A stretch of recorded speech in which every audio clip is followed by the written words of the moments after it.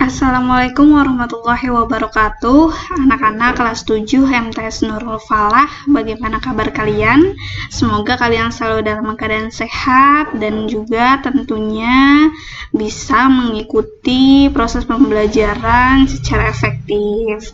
Baik anak-anak, selamat datang kembali di video pembelajaran Bahasa Indonesia.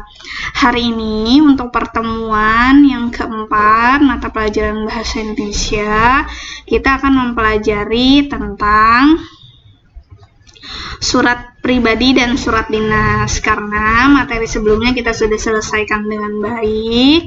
Jadi kita lanjut ke bab berikutnya, yaitu tentang surat pribadi dan surat dinas. Ya, surat.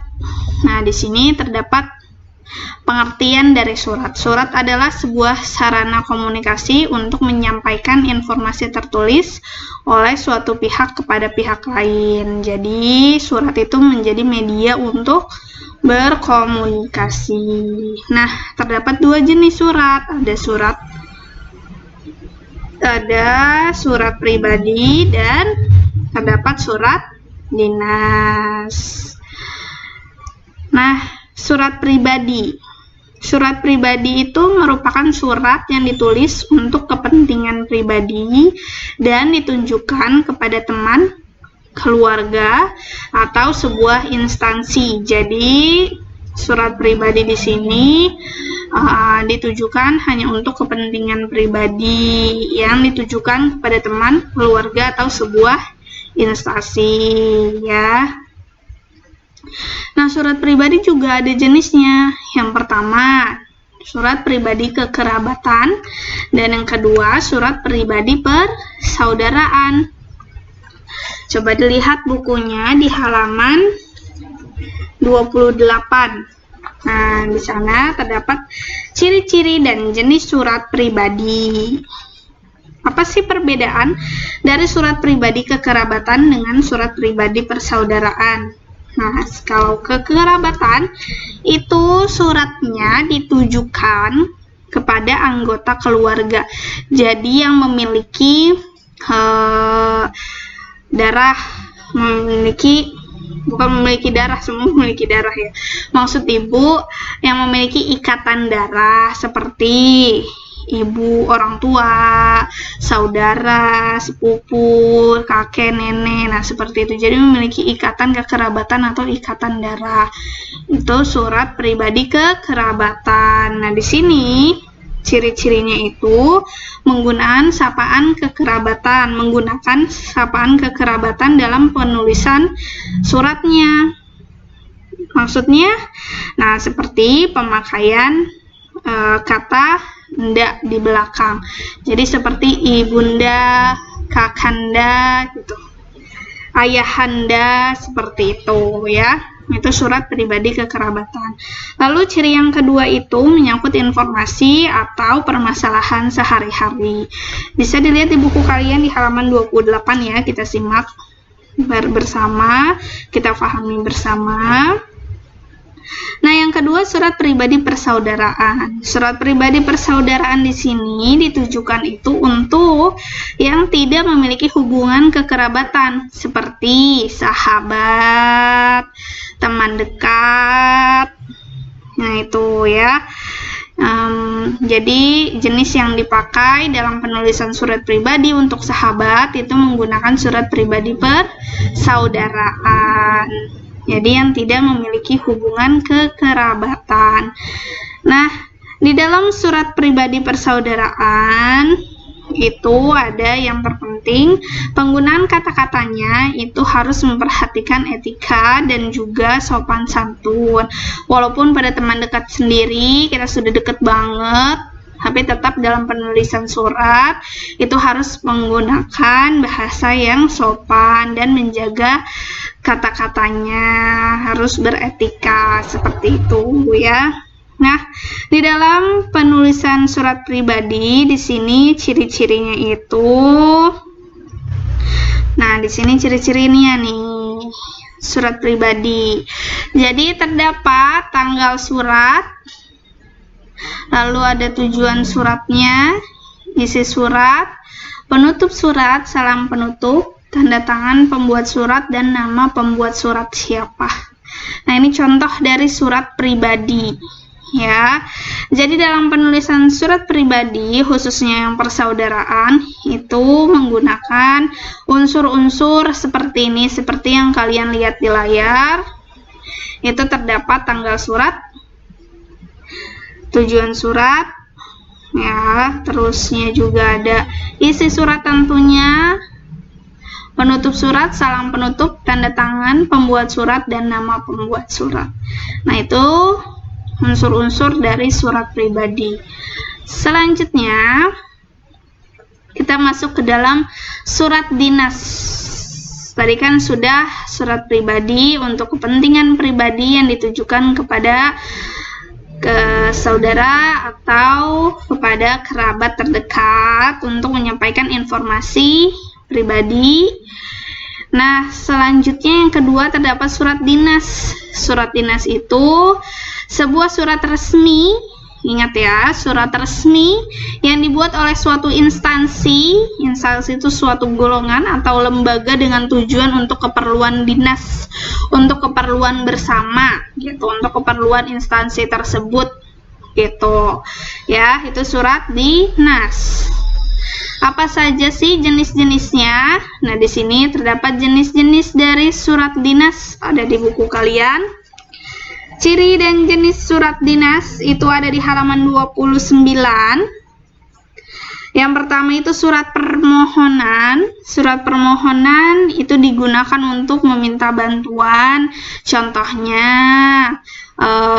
pada suatu instansi, karyawan membuat surat dinas kepada sebuah instansi yang ditujukan untuk memohon kenaikan upah, misalnya, contohnya itu bisa ditulis pribadi untuk dinas atau suatu lembaga tersebut. Nah, itu surat permohonan contohnya. Lalu yang kedua surat tugas. Surat tugas ini kepentingannya untuk menyampaikan seorang atau sebuah instansi menjalankan suatu tugas. Contohnya, misalnya ibu kan guru bahasa Indonesia di MTS Nurul Falah. Nah, sekolah itu merupakan suatu lembaga memberikan surat tugas kepada ibu untuk mengikuti seminar, gitu, misalnya seminar tentang kebahasaan, seperti itu. Jadi itu merupakan surat tugas bahwa ibu harus mengikuti seminar di mana, misalnya seperti itu, ya. Itu surat tugas dari sebuah instansi kepada seseorang atau dari instansi ke instansi yang lainnya bisa.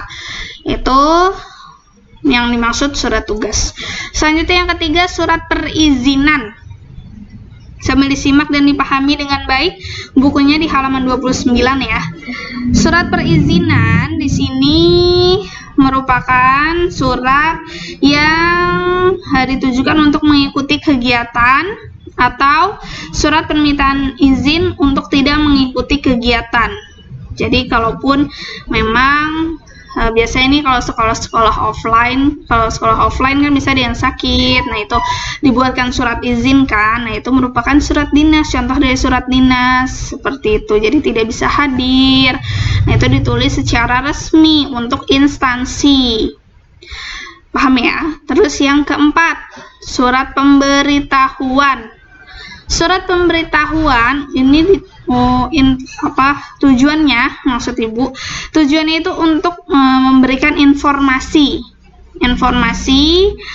contoh pada saat sekolah offline atau pada saat online seperti ini kan biasanya di WhatsApp ada pemberitahuan. Nah, itu salah satu contoh surat dinas secara resmi disampaikan dari instansi kepada wali siswa bahwa siswa-siswi harus mengikuti kegiatan proses pembelajaran jarak jauh mulai tanggal sekian sampai dengan tanggal sekian. Nah, itu surat pemberitahuan. Contoh dari surat dinas. Selanjutnya yang terakhir, surat undangan. Nah, sambil dilihat contoh dari surat undangan. Di buku kalian ada di halaman 30, itu contohnya. Ada tertulis contoh dari surat undangan. Nah, di sini maksud Ibu contoh dari surat dinas, di sini contohnya permohonan izin. Kalau surat undangan itu tersendiri, itu merupakan surat yang ditujukan untuk seseorang menghadiri suatu acara. Misalnya instansi kita, lembaga kita, MTS Nurul Falah itu mengadakan lomba menulis esai misalnya. Ditujukan kepada instansi sekolah dasar atau madrasah ibtidaiyah sekota Depok. Nah, itu undangan, itu surat undangan untuk mengikuti perlombaan. Seperti itu contoh dari surat undangan. Nah, di buku kalian di halaman 30 ada contoh surat dinas. Ya, sambil diperhatikan bukunya. Di sana tertulis surat dinas dengan jenis apa? Perizinan. Nah, di sini ya, itu jelas akan mengadakan kegiatan tutup tahun. Hari, tanggal, waktu, tempat, dan acaranya jelas tertulis sampai kepada siapa yang membuat surat dan ditandatangani juga secara resmi. Nah, itu ya, itu yang dimaksud dengan surat dinas. Baik anak-anak, cukup materi yang Ibu sampaikan hari ini. Kalau memang masih belum paham juga, bisa tanyakan langsung ke Ibu via WhatsApp atau diulang kembali videonya, didengarkan lagi videonya, dibaca bukunya. Ya, untuk pertemuan selanjutnya kita akan mempelajari tentang unsur-unsur yang terdapat di dalam surat dinas. Ya, jadi dalam penulisannya tuh harusnya seperti apa saja. Gitu, harus ada apa aja sih di dalam surat dinas. Kita akan bahas di pertemuan selanjutnya. Baik, Ibu akhiri, semoga kalian selalu dalam keadaan sehat, tetap jaga kondisi dan minimalisir keluar rumah ya. Ibu akhiri, terima kasih. Assalamualaikum warahmatullahi wabarakatuh.